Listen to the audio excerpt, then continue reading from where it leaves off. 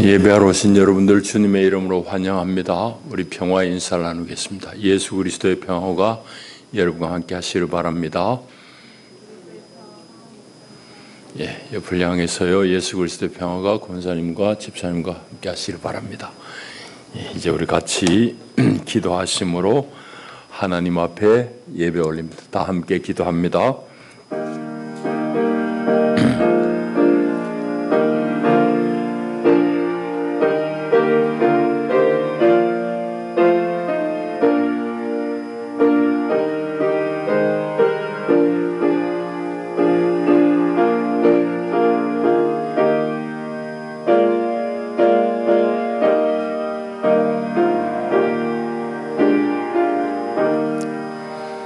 여호와께서 다스리시니 만민이 떨 것이요 여호와께서 그룹 사이에 좌정하시니 땅이 흔들릴 것이로다. 시온에 계시는 여호와는 위대하시고 모든 민족보다 높으시도다. 주의 크고 두려운 이름을 찬송할지니 그는 거룩하심이로다. 아멘. 하나님은 영이시니 예배하는 자가 영과 진리로 예배할지니라. 아멘.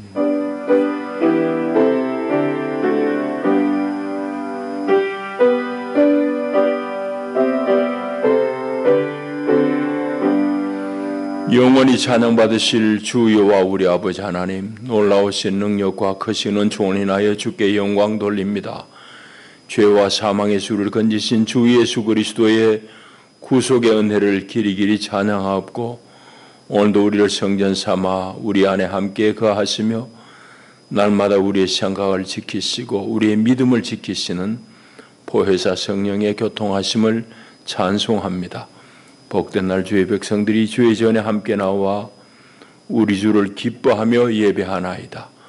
오 하나님, 우리 예배를 기쁘게 받으시며 예배하는 주의 백성들 가운데 오늘도 하늘의 신령한 은혜로 더딥혀 주시옵소서.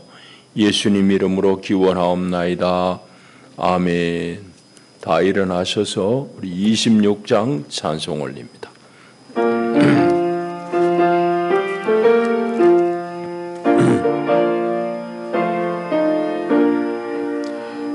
구세주로라는 이들 찬송하고 찬송하세. 마음과 뜻과 힘 다하여 경배드리세. 주를 알지 못한 이들 주가 친히 인도하사 그의 피로 구속하니 찬송 부르세.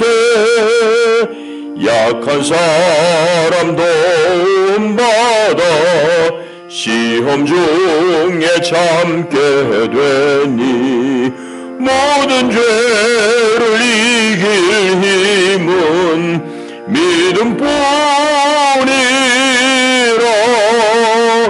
진리 되신 우리 주는 영원토록 변함없네. 성도들아 주를 믿어 길이 섬기세. 아멘. 우리 사도신경으로 신앙을 고백합니다. 나는 전능하신 아버지 하나님 천지의 창조주를 믿습니다. 나는 그의 유일하신 아들 우리 주 예수 그리스도를 믿습니다. 그는 성령으로 잉태되어 동정녀 마리아에게서 나시고 본디오 빌라도에게 고난을 받아 십자가에 못 박혀 죽으시고 장사된 지 사흘 만에 죽은 자 가운데서 다시 살아나셨으며 하늘에 오르시어 전능하신 아버지 하나님 우편에 앉아 계시다가 거기로부터 살아있는 자와 죽은 자를 심판하러 오십니다. 나는 성령을 믿으며 거룩한 공교회와 성도의 교제와 죄를 용서받는 것과 몸의 부활과 영생을 믿습니다. 아멘.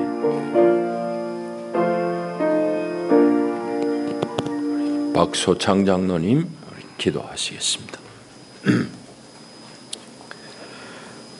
감사하신 하나님 아버지, 부족한 저희들 지난 한 주간도 각자 주어진 삶의 터전에 흩어두셨다가 오늘 복되고 귀한 날 생명의 말씀이 선포되는 귀한 성정으로 발걸음 인도하시고 귀한 제단 앞에 부복하여 싸우니 이 시간 하늘문 여시고 생명의 말씀, 복된 말씀 가득히 내려주셔서 저희들 메마른 심령을 새롭게 소생시켜 주시옵소서. 오늘 2021년도의 12월 마지막 주일을 맞이하면서 세월의 빠름을 실감합니다.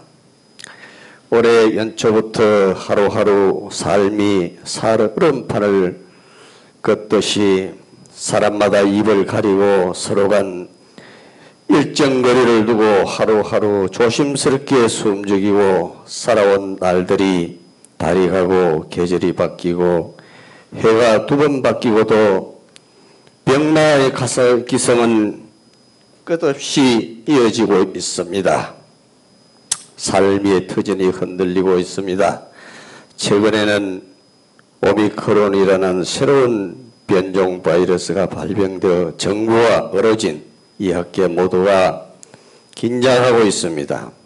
하나님 아버지, 하나님의 형상대로 지음받은 우리 백성들을 불쌍히 보시고 의비보사 하루속히 이 병마가 소멸되어 하여 주시옵소서. 그리하여 자유롭게 모이고 소리 높여 함께 찬송 부르고 담소할 수 있는 그런 날이 속히 회복되게 하여 주시옵소서. 어제는 이 땅에 평화를 주시기 위해 하나님의 아들이신 예수님이 사람의 몸을 입고 탄생하신 예수님의 성탄일을 맞이하여 각 교회들이 힘을 합하여 크리스마스 추리를 세우고 불을 밝히고 주님 오심을 함께 축하 찬송을 불렀습니다. 하늘에는 영광이요 땅에는 평화. 신년 새해에는 이 땅에 주님의 가르침대로 서로 사랑하고 서로 용서하고 화합하여 함께 하나님께 영광 찬양 드리는 그런 새해를 맞이하게 하여 주시옵소서. 병마로 투병 생활하는 형제의 간절한 기도를 들으시고 응답 주시고 하루속히 건강을 회복하게 하여 주시옵소서. 하나님 아버지, 다가오는 내년 3월 9일에는 국가의 새 지도자를 세우는 일로 온 나라가 소용돌이치고 있습니다. 옛말에도 나라 임금은 하늘의 뜻을 얻어야 된다는 말이 있습니다. 하나님 아버지, 이 시간 저희들도 그 말 뜻을 공감합니다. 꼭 하나님의 뜻에 합한 사람이 새 대통령으로 당선 선출되게 하여 주시옵소서. 그리하여 이 나라가 정치적으로 안정되어 코로나 사태도 잘 수습 관리되고 복음으로 거듭나고 평온한 가운데 복음으로 남북이 통일되는 그런 날이 속히 오게 하시옵소서. 오늘도 복된 말씀 선포하실 목사님 단에 세우셨사오니 성령님 함께하사 말씀이 선포될 때 모두 아멘으로 말씀을 받고 은혜 받는 귀한 시간 되게 하시옵소서. 아무런 공로 없는 죄인이 이 시간도 예수님의 귀하신 이름 받들어 간절히 기도드려 싸움나이다. 아멘.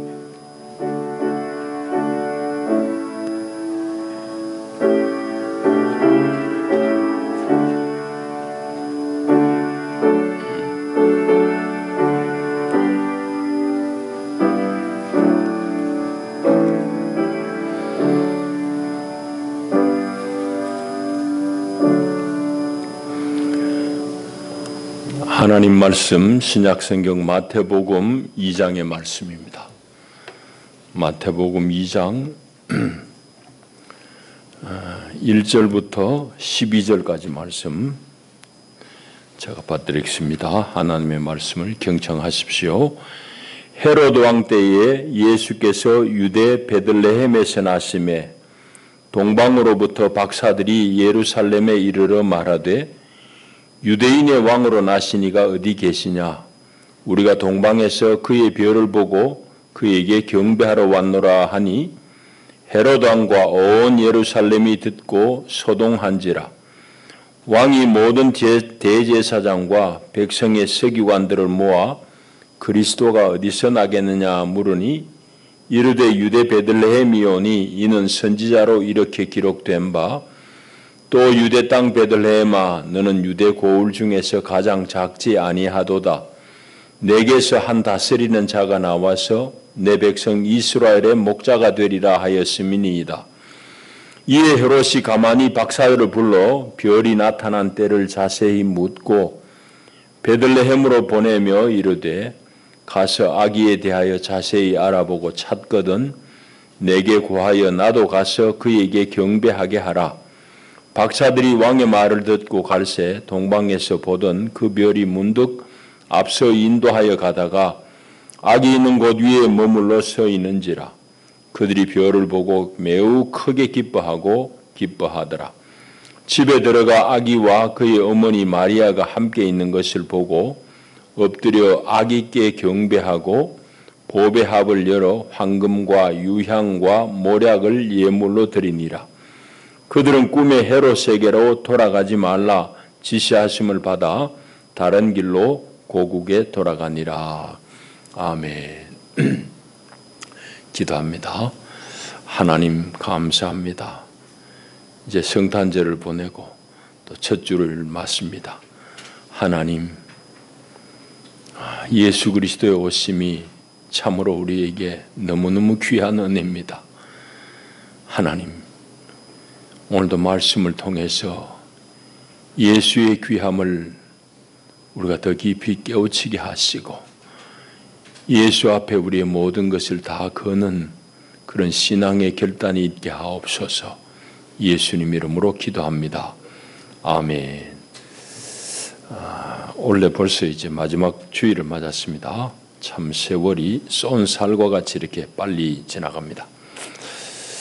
이렇게 빨리 지나가는 세월 속에 우리가 붙들어야 될 것이 무엇인지, 변화무쌍한 세상 가운데 붙들 것이 무엇인지 다시 한번 생각해 봐야 되겠습니다. 대부분의 사람들은 세상 살면서 돈을 목표로 하든지 아니면은 명예와 권력을 목표로 하든지 그렇습니다. 대부분의 사람들은 뭐 그거 아니라도 또한 행복을 이제 목표로 그렇게 살아갑니다. 오늘 본문에 등장하는 여러 인물들을 우리가 잘 살펴보면서 우리는 그러면 세상에 살면서 무엇을 참 붙들고 살아야 될지, 무엇을 기대하며 살아야 될지에 대한 그런 이제 질문을 하면서 오늘 말씀을 좀 상고하면 좋겠습니다. 오늘 읽으신 내용은 우리가 주일학교 때부터 많이 들었던 또 읽었던 그런 내용입니다. 동방에서부터 이제 박사들이 3명이 이제 예루살렘에 도착합니다. 뭐 유대 땅에서 동방이라고 그러면 지금으로 치면은 중동 지방, 페르시아 지방쯤 되겠습니다. 거기 이제 천문학자라고 볼 수 있는데 이 3분이 이제 예루살렘에 당도해요. 여러분, 우리는 이제 이 아랍 문명을 조금 과소평가하는 경향이 없지 않습니다만은 이 아랍 쪽이 사실은 이 자연과학 대단히 발전했습니다. 인문과학도 물론이지만은 그래서 이 페르시아의 천문학자들 이런 전통이 있다고요. 이제 유럽이 세계를 지배하게 된 결정적인 계기는 대항해 시대를 통해서입니다. 포르투갈의 엔히크라고도 그러죠. 엔리크 왕자가 이제 대항해 시대를 엽니다. 작은 유럽의 변방의 나라 포르투갈이 세계 최강대국이 되는 것도 바닷길을 열어가지고 세계의 이제 영토를 확장하는, 영토를 넓히는 그런 일을 통해서입니다. 그 시대를 연 것을 우리는 대항해 시대라고 하는데, 대항해 시대를 연 것도 사실은 해양 항해술인데, 항해술 중에서 제일 핵심이 이제 나침반입니다. 나침반. 그 항해술, 나침반 이런 것들이 다 아랍에서 건너온 겁니다. 지금 우리가 조금 무시하는 그런 중동 지방에서 건너온 거예요. 그러니까 여기 지금 동방에서 박사들이 왔다는 것도 우리가 잘 읽어봐야 될 대목입니다. 그 이분들이 와가지고는 유대인의 왕으로 나신 이가 어딨냐고 그렇게 질문합니다. 그 소문을 들었던 헤롯 왕하고 예루살렘의 여러 이제 지도층에 있는 사람들이 아주 소동을 했다고 그랬습니다. 여기 성경 3절에 보면 소동, 아주 당황합니다. 그래서 이제 뭐 읽은 내용 그대로인데, 이제 이 세 박사는 별의 안내를 받아가지고 아기 예수를 만나고 경배하고 또 이제 헤롯에게로 돌아가지 말라는 그런 꿈의 계시를 받아가지고 자기들 본국으로 돌아갔다는 그런 내용입니다. 반면에 이제 헤롯 대왕은 이제 대제사장들, 서기관들 다 불러 모아다 놓고 이제 메시아가 날 곳이 어딘지 이제 확인을 합니다. 그리고는 이제 자기도 그곳에 가서 이제 경배해야 되겠으니까 박사들을 보내면서 그 장소를 알거들랑 나한테 알려달라고 그렇게 이제 회유하는 장면이 오늘 우리가 읽은 내용입니다. 오늘 본문을 우리 조금 이제 깊이 한번 살펴보려고 그러면은 헤롯이라는 인물을 좀 잘 이해하고 공부할 필요가 있어요. 여기 1절에 보게 되면 헤롯 왕하고 온 예루살렘이 소동했다고 그랬잖아요. 3절에 보면은 소동한 이유가 뭘까? 이 소동한 이유는 헤롯이라는 인물을 우리가 조금 파악하게 되면은 잘 알 수 있습니다.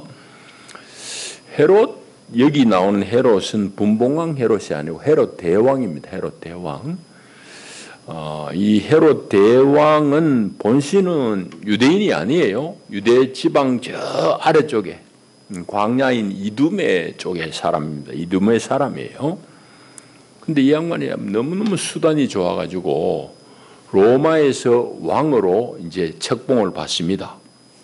로마에서 유대의 왕으로 책봉을 받고는 로마 군사들과 함께 그 길을 안내하면서 예루살렘을 침공하는데 협조를 합니다. 그렇게 해가지고 이제 그 당시에 이제 반외세 왕조를 유지하고 있던 하스몬 왕조가 있었어요. 이제 유대인들로 구성되어진 하스몬 왕조가 있었는데 그걸 무너뜨려 버립니다. 그러니까 백성들은 헤롯에 대해서 대단히 감정이 안 좋습니다. 헤롯에 대한 그 인상이 아주 안 좋아요. 외세를 등에 업고 와가지고 우리의 왕이라고 등장한 사람이는 그 좋아할 리가 아무도 없잖아요. 그래서 이제 헤롯 대왕이 이 신약 성경 가만히 보게 되면 예수님 당시에조차도 성전을 계속 증축하고 짓고 있었어요. 그걸 우리 헤롯 성전이라고 합니다. 헤롯 대왕이 그렇게 이제 로마 군대를 뒤에 업고는 와가지고 예루살렘의 왕조를 무너뜨려 버리고 자기가 왕의 자리에 올랐으니 백성들이 그 환심을 살 필요가 있잖아요. 그래가지고 이스라엘 사람들의 환심을 살려고 성전을 어마무시하게 크게 짓는 겁니다. 그 성전은 오랫동안 지어요. 한 70년 가까이 걸려서 짓습니다. 예수님 당시에도 공사하고 있는 중이에요. 그런 정도로 이제 이 헤롯이 유대인들의 환심을 살려고 노력합니다. 그런데 이제 헤롯이 보면은 이 정권에 대한 이 하여튼 권력 유지에 대해서는 탁월한 재주, 진짜 천재적인 그런 재주를 타고난 사람입니다. 이제 어제 성탄절 예배도 잠깐 소개했습니다만은 그 얘기를 조금 더 해야 됩니다. 로마의 처음 황제가 이제 아구스도잖아요. 가이사 아구스도. 어제 우리가 누가복음 읽었는데 거기 나오는 아구스도는 본래는 로마에 여러분들 들으셨겠지만은 삼두 체제라고 있습니다. 원로원하고 삼두 체제 이 서로 견제하면서 이제 정권을 권력을 독점하지 못하도록 하는 로마의 특별한 이제 정치 시스템인데 그 삼두 체제 중에 양극인 옥타비아누스하고 안토니우스가 둘이 서로 막 경합을 벌이고 있을 때입니다. 3명 중에서 2명이 아주 특출해요. 그 특출한 사람이 옥타비아누스하고 안토니우스입니다.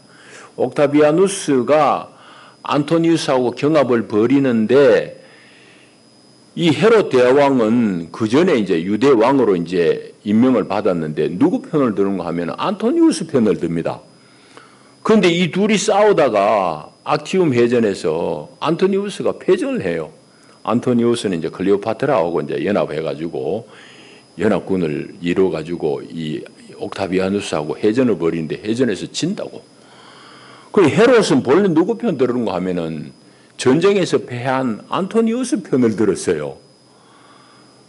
그러면은 옥타비아누스가 전쟁에서 이겼으면은 헤롯도 당장 목이 날아가야 되잖아요.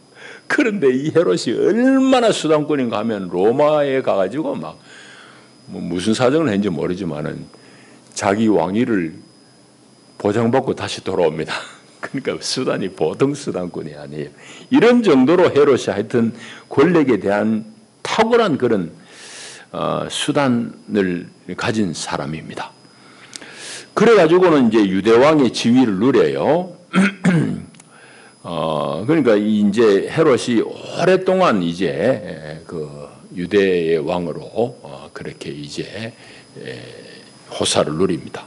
한 35년 가까이 이제 유대의 왕으로 그래 있다가 주전 4년에 죽어요. 그러니까 예수님은 헤롯 대왕 때 나니까 어제 말씀드린 대로 한 주전 6년쯤에 나신 걸로 그렇게 이제 우리가 볼 수 있습니다. 그런데 헤롯이 이렇게 권력에 대한 왕의 지위에 대해서 막 아주 대단한 수단꾼이고 이러다 보니까 자기의 왕위, 왕의 자리를 넘보는 사람은 누구도 막 예의 없이 가차없이 그냥 살해를 해버립니다. 심지어 자기 부인도 죽여요. 부인도 죽이고 왕자들도 막 여러 이제 부인이 여럿이니까 왕자들도 여럿을 죽입니다. 왕위를 탐할 것 같으면은 죽여버려요. 그런 정도로 헤롯이 아주 그냥 왕권을 지킨 데 있어서는 막 철두철미한 사람이에요. 그런 헤롯 대왕인데 동방에서 박사람이라는 사람들이 와가지고 하는 말이 유대인의 왕을 찾아왔다고 그러니 가만히 있을 수가 없잖아요. 죽여야지 찾아가지고. 그 헤롯 대왕이 이제 어떻게든지 처단해야 될 판입니다. 그래서 이제 동방의 박사들한테 회유를 하잖아요. 속이는 거예요. 그래서 당신들이 가서 그 사람을 발견하거들랑 왕을 발견하거들랑 나한테도 얘기해라. 그럼 나도 가서는 그에게 경배하겠다. 그렇게 이제 회유를 합니다. 그게 이제 7절, 8절 내용이잖아요. 이거는 죽이려고 하는 거예요.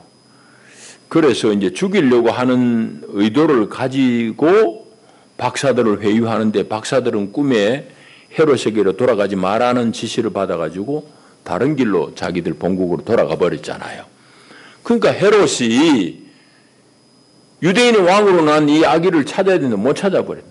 그래가지고는 이제 오늘 우리가 읽진 않았지만은 그 지방에 있는 어린 아기들을 그냥 다 잡아서 다 살해해버립니다. 그거로 이제 영아 살해라는 대학살극으로 이제 마감을 해요. 그 우리가 안 읽었는데 16절입니다.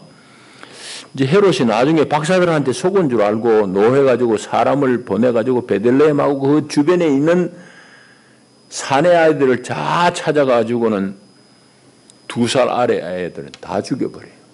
영아 대학살 사건이 일어나는 겁니다. 이런 정도로 헤롯이 하여튼 자기 왕권을 지킨 데 있어서는 아주 철저한 사람이에요. 이게 이제 헤롯 대왕입니다. 자, 그런데 이제 박사들은 보세요. 유대인의 왕으로 나신 사람이 어디 있냐고 2절에 묻잖아요. 그렇게 찾아오는데 헤롯은 제사장들하고 서기관들한테 불러다가 묻는 말이 뭔가 하면은 메시아가 어디서 나겠느냐 이런 묻습니다. 그리스도라는 말은 히브리 말로는 메시아입니다. 그래서 유대인의 성경을 연구하는 서기관들 대제사장들 불러다가는 메시아가 어디서 나지? 하고 그렇게 묻는 거예요. 왜 그렇게 묻습니까? 박사들은 왕을 찾으러 왔다고 그러는데 헤롯은 그 왕인 예수라는 인물을 찾으려고 성경을 잘 아는 학자들을 불러다가는 메시아가 어디서 나느냐고 묻는다고. 그건 이제 이 헤롯이 찾아서 죽이려고 하는 그 살해의 의도를 이제 감추기 위해서입니다. 그럼 조금 전에 얘기했듯이 자기 외에 누구도 왕의 자리를 넘보는 걸 이 사람은 견딜 수가 없는 사람이에요.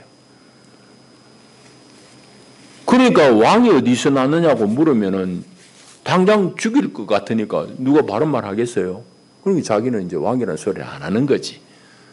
찾으면 죽이겠다고 마음 먹지만은 겉으로는 우리 민족이, 유대 민족이 고대하는 메시아가 어디서 나겠느냐고 그걸 묻는 이유가 바로 거기에 있습니다.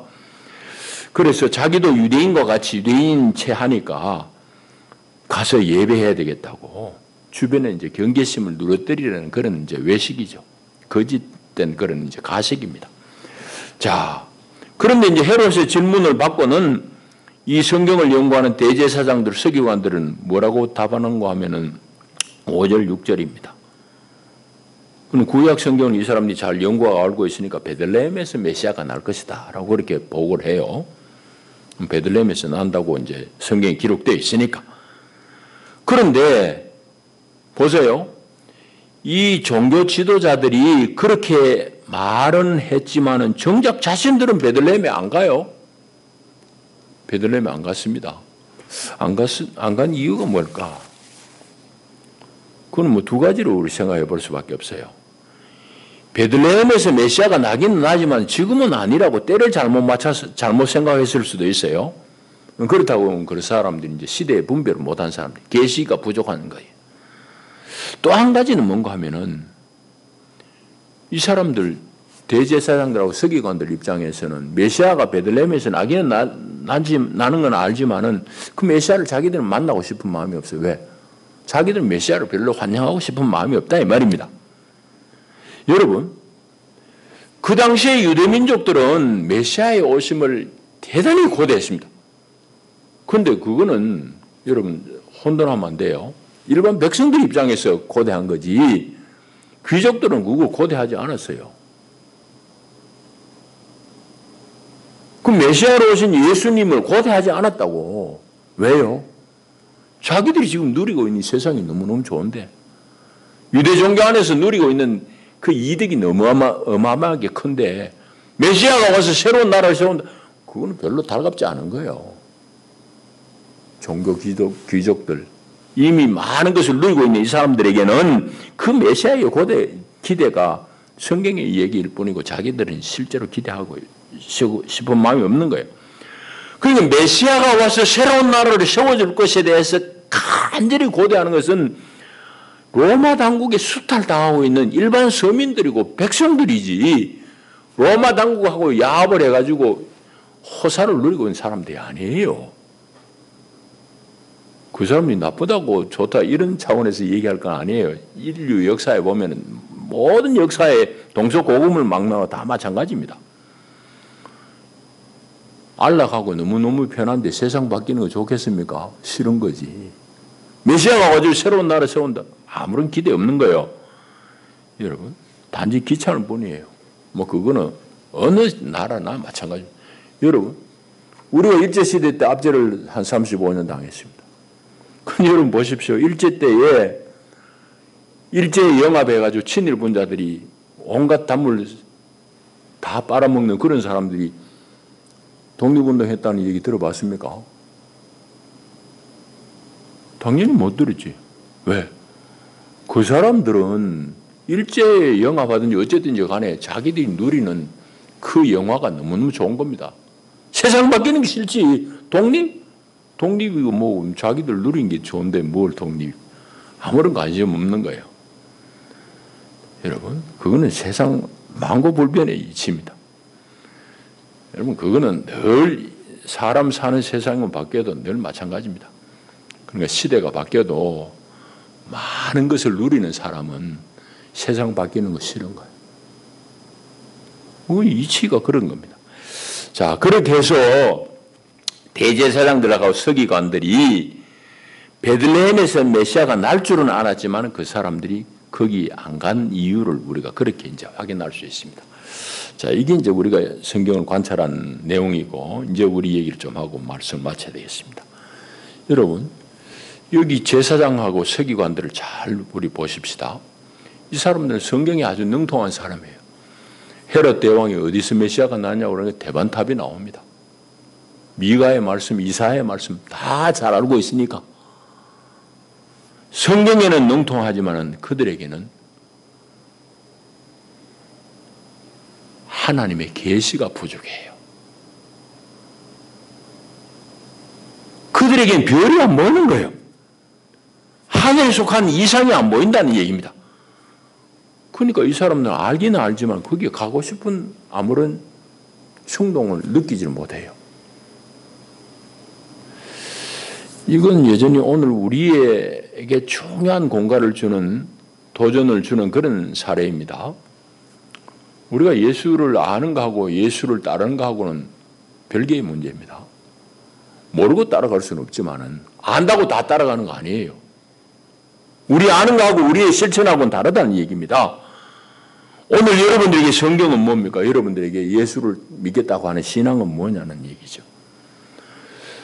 여러분이 다만 고상하게 살려고 하는 그런 좀 고상함을 충족시켜주는, 혹은 여러분들의 지적 욕구를 충족시켜주는 그런 한 방편으로서의 성경 지식 혹은 신앙, 그럴 수도 있어요.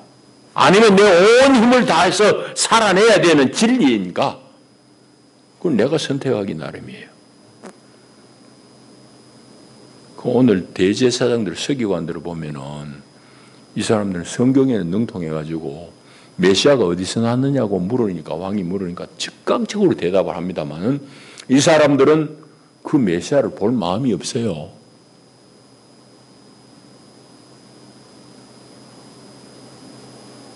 여러분, 이건 우리에게 아주 중요한 도전을 던집니다.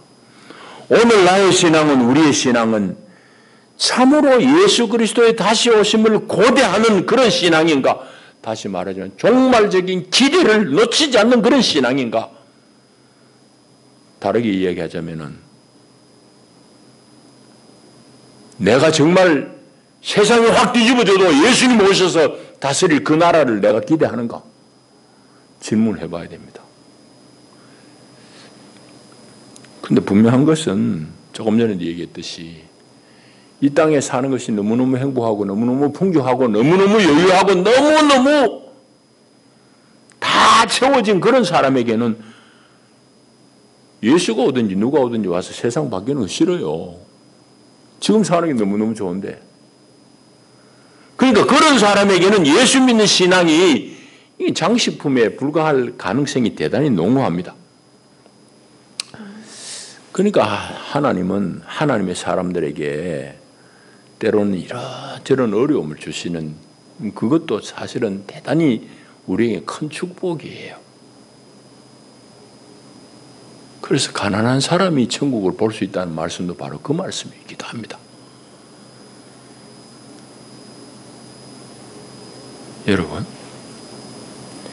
그래서 우리 신앙이 참으로 예수 그리스도의 오심을 정말 고대하는지, 아니면 그게 내 머릿속으로만 종말에 대한 인식이 있는지 우리 스스로를 잘 봐야 돼요. 만일 내가 이 땅에 사는 것이 아무런 부족함이 없고 너무너무 만족하고 세상에 다른 세상 바뀌는 거 전혀 기대하지 않아야 될 정도로 내 지금의 현재가 만족하다고 하면은 여러분들 주님의 오심을 고대하지 않을 가능성이 농후합니다. 속의 진심은 그 바로 제사장하고 서기관들의 모습이잖아요. 이제 말씀을 냈습니다. 며칠 전에 지금 백신 만드는 회사로 유명한 화이자의 수석 과학자가 그런 말을 했더라고요. 이 코로나 바이러스는 자기들의 그 눈으로 볼 때는 2024년까지는 갈 것 같다. 그렇게 얘기를 했어요. 24년이면 몇 년 남았어요? 2, 3, 4. 3년 꼬박 더 걸린다는 얘기. 깜깜하기도 하고 그렇습니다.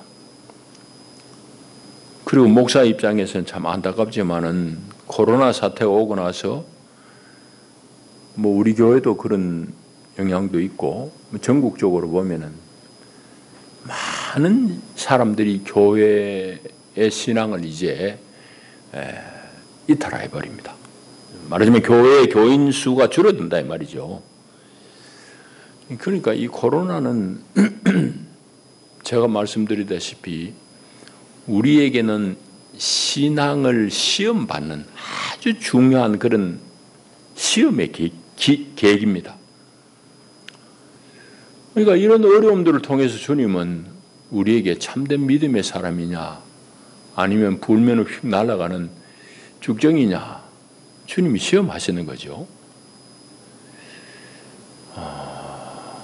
이제 성탄절을 어제 지나고 이제 우리 첫 주일인데 오늘 동방 박사들이 아기 예수를 경배하러 온 이 사건, 이 일화를 통해서 우리에게 오늘 하나님이 주시는 말씀을 잘 얻어야 됩니다. 우리 신앙은 머리에 머물러서도 안 될 것이고 우리 신앙은 정말 주의 오심을 고대하는 정말 오늘입니까? 주님, 내일입니까? 주님의 오심을 고대하고 준비하는 그런 신앙의 사람들이 되어야 되겠습니다. 모두 다 함께 오늘 이제 말씀의 제목이 이방의 현인 또 유대 지도자 그렇게 제가 쓴 이유도 거기에 있습니다. 유대 지도자? 성경에 대해서는 박식하죠. 그런데 그들은 메시아로 온 예수에 대해서 관심이 없어요. 가서 거기에 고개 숙이고 싶지도 않아요. 왜? 지금 자기가 사는 게 너무 좋으니까. 오히려 아무런 성경에 대한 전지식이 없는 이방의 동방의 페르시아의 그 현자들이 아기 예수를 찾아와서 경배했다는 것은 우리에게 많은 얘기를 걸어보고 있습니다. 예수님을 제대로 아시고 예수님을 잘 따르는 우리 모두가 됐으면 좋겠습니다. 기도합니다. 주님 감사합니다. 사랑합니다. 오늘도 우리가 주의 은혜를 입고 주의 전에 나와 하나님의 거룩한 말씀을 얻습니다. 주님, 이방에서 온 동방의 박사들이 아기 예수를 경배했고 오히려 메시아가 어디에 날 줄 다 알았던 대제사장 서기관들은 오히려 거기에 실질적으로는 무관심했던 것을 우리가 읽었습니다. 이 역사적인 가름은 분별은 오늘 우리 가운데도 여전히 이어지는 현상입니다. 오 주님, 우리가 참으로 주님을 고대하고 주님을 따르는 주의 사람들, 그리스도인들이 되기를 원합니다. 주여 우리와 함께하여 주옵소서. 예수님 이름으로 기도하옵나이다. 아멘. 우리 138장 찬송하시면서 준비하신 예물 봉헌하겠습니다.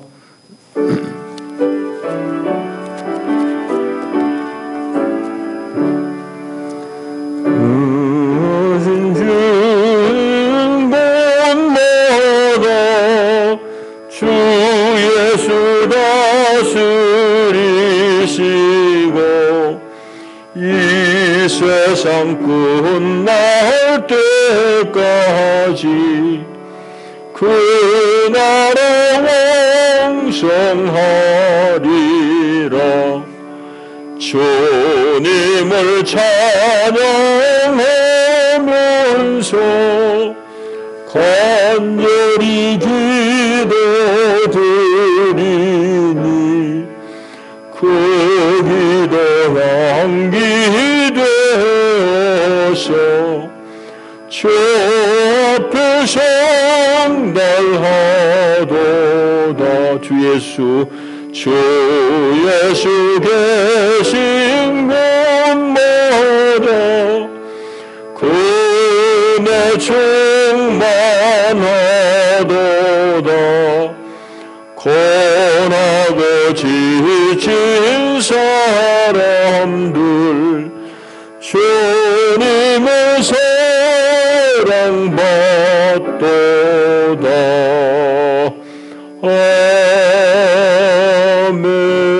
아멘. 기도합니다. 하나님 감사합니다. 주께로부터 받은 그 생명과 구원의 은총이 너무너무 크고 귀합니다. 세상 어디에도 없는 그 은혜를 우리가 입었으니 우리의 모든 것을 들여 주님을 따르겠나이다. 그 마음으로 주님 앞에 우리가 아끼는 물질을 구별하여 예물로 봉헌합니다. 하나님 기쁘게 받으시고 우리 온 삶을 주님 책임지시고 인도하시고 우리의 삶 가운데 하나님 온갖 선한 것과 좋은 것으로 우리에게 복 주시는 하나님을 찬송합니다. 주여 믿음의 복을 더디펴 주시옵소서. 예수님 이름으로 축복하고 기도하옵나이다. 아멘. 교회 소식 주보를 보십시다. 송구 영신 예배는 이번 주 금요일이죠. 31일 저녁 11시에 드리고 또 오는 다음 주일은 신년 주일입니다. 한 해를 우리 잘 마무리할 수 있기를 바랍니다. 또 새해를 우리가 하나님 은혜 가운데 잘 맞을 수 있기를 바라고, 코로나가 여러분 아시는 대로 다시금 세계적으로 유행하고 있습니다. 특별히 개인 건강에 유의하시고 백신 잘 맞으시기 바랍니다. 오늘 공동위에 모입니다. 청소 분담표에 두 곳을 여러분들이 써주시면은 이제 될 수 있는 대로 돌아가면서 우리 하려고 그러니까 두 곳을 적어주시면은 이제 한 곳이 배정되도록 그래 하겠습니다. 다음 달 안 봉사하실 분들 참고하시기 바랍니다. 예, 이제 일어나셔서 인사를 나누겠습니다.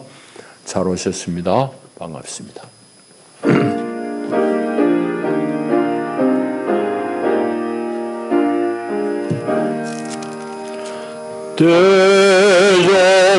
대점으로서 날이 오르니 구주여 나와 함께 하소서. 내 친구 나를 위로 못할 때 별도 없는 주여 함께 하소서. 내 사는 날이 속히 지나고 이 세상 영광 빨리 지나네. 이 천지 만물 모두 변하라. 변찮는 주여 함께 하소서. 졸로 마귀 물리치시니 언제나 나와 함께 하소서. 주같이 녹아버릴까. 사랑의 주여 함께 하소서.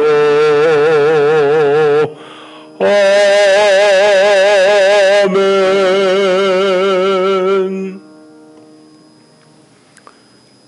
주 예수의 은혜와 하나님 우리 아버지의 만극하신 사랑과 보혜사 성령의 위로하시고 일으키시는 교통의 은혜가 참으로 주 예수 그리스도를 깊이 존숭하며 그리스도를 따르기를 결단하는 하나님의 사람들 위해 저들의 가정과 경영하는 모든 일 가운데 이제와 영원히 함께 하시기를 축원하옵나이다.